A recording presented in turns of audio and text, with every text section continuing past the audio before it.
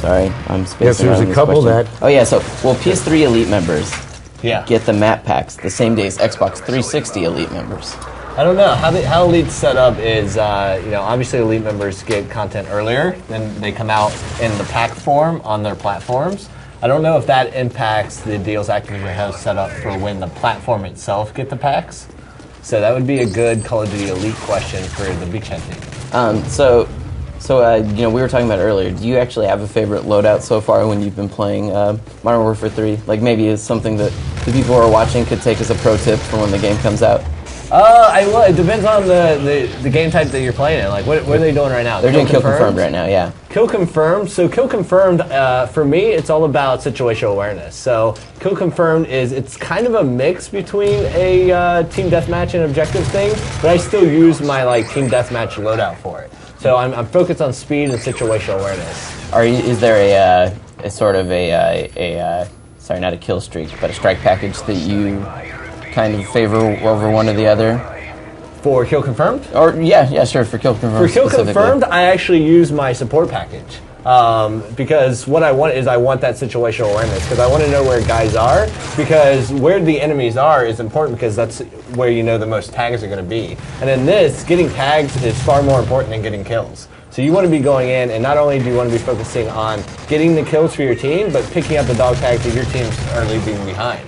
Especially come launch day, you're going to notice a lot of players just playing TDM. They're going to be taking guys out and completely ignoring the tags. So if you're that guy on day one who's running in there and picking up all those tags, you're going to be, picking up a shit ton of XP.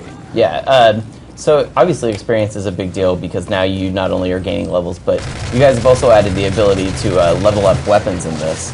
And so can you talk a little bit about, I guess, why leveling up a weapon is important as opposed to, focusing on just your guy?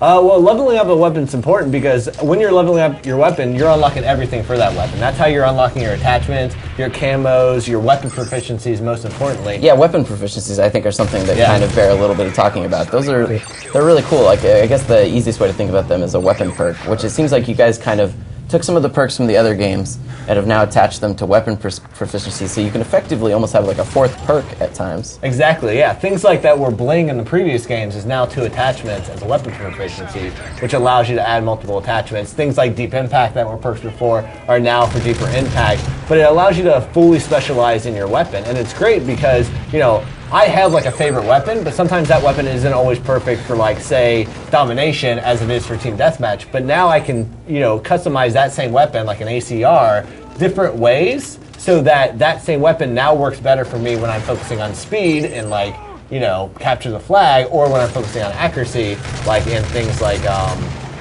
Kill Confirmed or TDM. So I'll use things like less kick when I want to be focused on accuracy when I'm playing TDM, but I might switch out less kick for something else when I'm going objective. Like, I'll use the 2 attachments, put on the dual scope so I have the medium and long range thing so when I'm playing Dom, because obviously I want to be using an EOTech or a holographic sight when I'm up on the Dom point capturing, but when I'm sitting back defending it, I want to be using the magnifying scope. So if you're just joining us, we're here with Glenn Schofield, the head of the head of Sledgehammer. That's okay. And Robert Bowling, the creative strategist of Infinity Ward, and we are playing Modern Warfare 3 live. You can send your questions to twitter.com/IGN with the hashtag MW3. And so we are taking Twitter questions. We're going to actually give away a lot of cool stuff. So Twitter user DSE, who I like their question, so I'm going to give you a copy of Modern Warfare 3 for platform of your choice.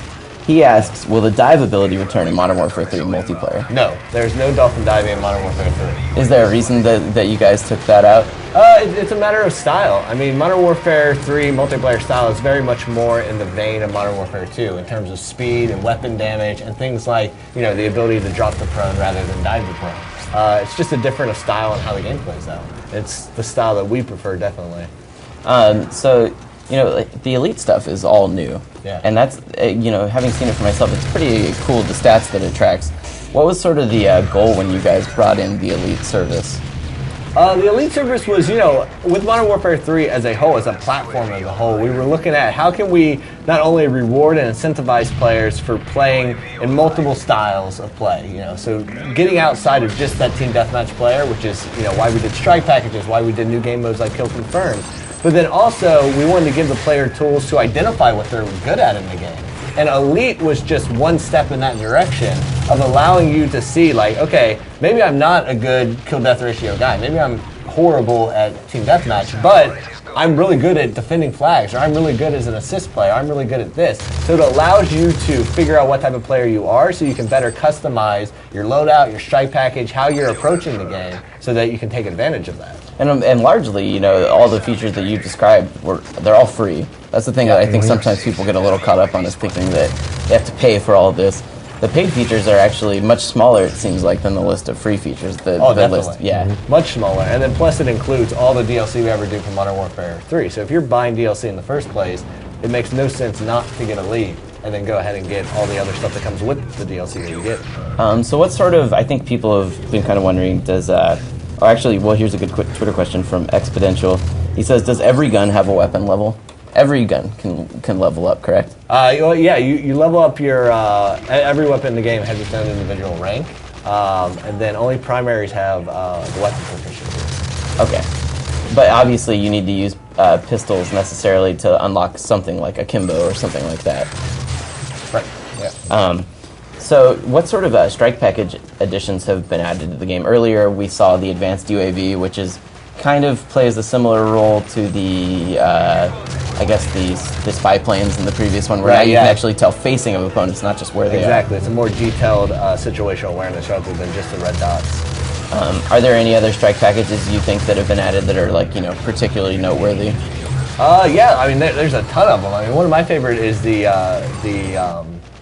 little mini tank that you can get, which is awesome, because that's the one that I typically put in my assault strike package when I get up there, because once you get it, you throw it down, you call in a care package, it comes down, you open it up, you get this little mini tank, drive it around, and I mean, this thing is awesome. It's fairly slow, so it takes you time to get around the map, so where you deploy it is very important, because if you're planning on, like, I use it a lot in Dom, but if you're planning on defending that Dom point with that, make sure you're getting up there, because by the time you get to it, it's going to take you a while. I think it's also, it's really cool that I feel like the strike package things have been worked in such a way that they really benefit specific game types now. Yes, definitely.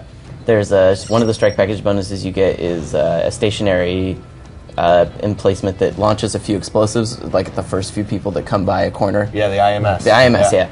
And I think that one's, like, kind of cool, because it may not necessarily serve the best role in something like team deathmatch. I mean, it's still useful, but in something like you're saying, like domination, where they're going to have to try and come get a control point, it can, like, shut down a control point. Definitely. You know what I use? I actually use it for, we have a new game mode called Team Defender, and Team Defender is all about, it's a flag-based game mode, so, you know, both teams are trying to get the flag, and you're trying to hold on to the flag, because when you have the flag, you get double points for your kills.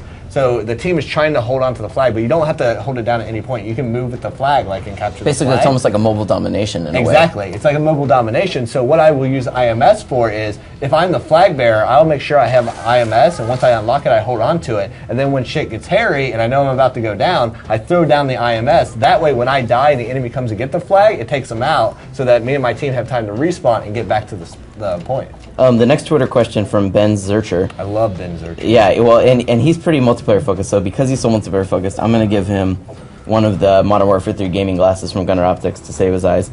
He says, what is the max level, how many prestiges will there be, and what do you get for prestiging? Oh, well, see, here's the cool thing. So there's 80 levels max in multiplayer. I was trying to hold off on saying how many prestiges there were until the game came out. That's fine, I'm just saying. But then I did the prestige video, and I inadvertently said it. But so there's 10 prestiges, 80 ranks total, and the cool thing is now you have control over what you get for prestige. Where before, you could unlock custom classes in later games, but now we have the brand new thing called Prestige Shop. So once you prestige, you unlock a prestige token. And you will get one token for every time you prestige in Modern Warfare 3. And now what you can do is you can spend these tokens in the Prestige Shop that allows you to choose what your reward is. So you can buy extra custom classes if you want, buy as many as you want all the way up to a max of 10, or you can unlock like custom titles and emblems for your call sign. You can choose one weapon that you can carry with you to the next prestige and every prestige, which is awesome, because I don't think people realize that when you use the unlock gear, when you use your token on unlock gear, you can choose one weapon to permanently unlock. That way, every time you prestige from there don't on have to out, get it over yeah, again. you always have your claymores or your ACR or whatever.